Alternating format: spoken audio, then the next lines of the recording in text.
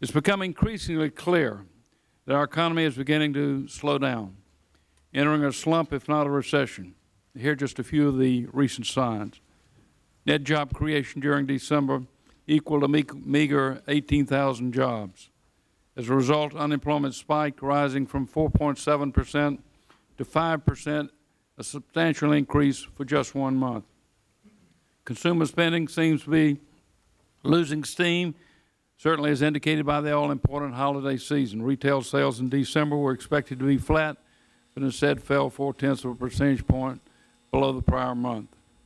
Foreclosures are being filed at rates not seen in years. Home values are falling, and the price of gasoline is over $3 a gallon. American households are getting squeezed on all sides, and certain major corporations are booking record losses running into billions of dollars. Meanwhile, wholesale prices for 2007 rose 6.3%, the highest increase in 26 years. The Federal Reserve has been responsive to these conditions. You've eased the monetary supply and access to credit, and most forecasters expect further rate reductions to come. But monetary policy has limits, such as inflation and inherent lags, due to the time it takes interest rates to translate into spending and investment. Now, no one wants to be the bearer of bad tidings, but there are ominous indicators all around us. And all in all, it seems that a compelling case is emerging for some form of fiscal stimulus on top of the monetary stimulus that the Fed has already provided and will continue to supply. You acknowledge in your testimony that if, quote, fiscal policy action is taken, it could be helpful in principle, but you warn us that design and implementation are critically important, as is timing. Speaking for our side, we heed that warning. To borrow a phrase from Larry Summers, we believe that a stimulus plan has to be timely, targeted, and temporary. To be effective, fiscal stimulus needs to be timely, arriving during and not after the downturn, and it needs to be targeted, directed at those most likely to spend it quickly. To be credible, it needs to be temporary.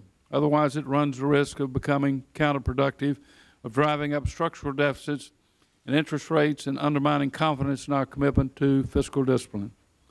Chairman Bernanke, as we ponder the near-term economy, the subject of your presentation today, and the need for countercyclical policies, we look to you and the Fed for guidance and hope that in the course of this hearing you can address a few fundamental questions.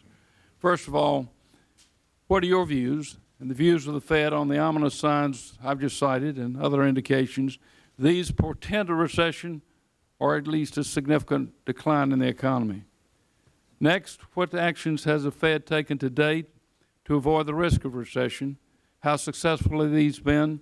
And is your monetary toolbox, the tools available to you, adequate to the task? Third, are there limits to monetary policy that fiscal policy, in this case, can complement? Fourth, what monetary and fiscal policies are most likely to be efficacious? Fifth, to what extent is the distressed market in securitized mortgage and complex financial instruments impeding the economy? If this is the source of the problem, should a countercyclical package deal directly with this aspect of the problem? And finally, how serious is the risk possibility of a downward vicious spiral in which foreclosures drive down housing prices and lower prices complicate workouts, resulting in still more foreclosures and even lower prices?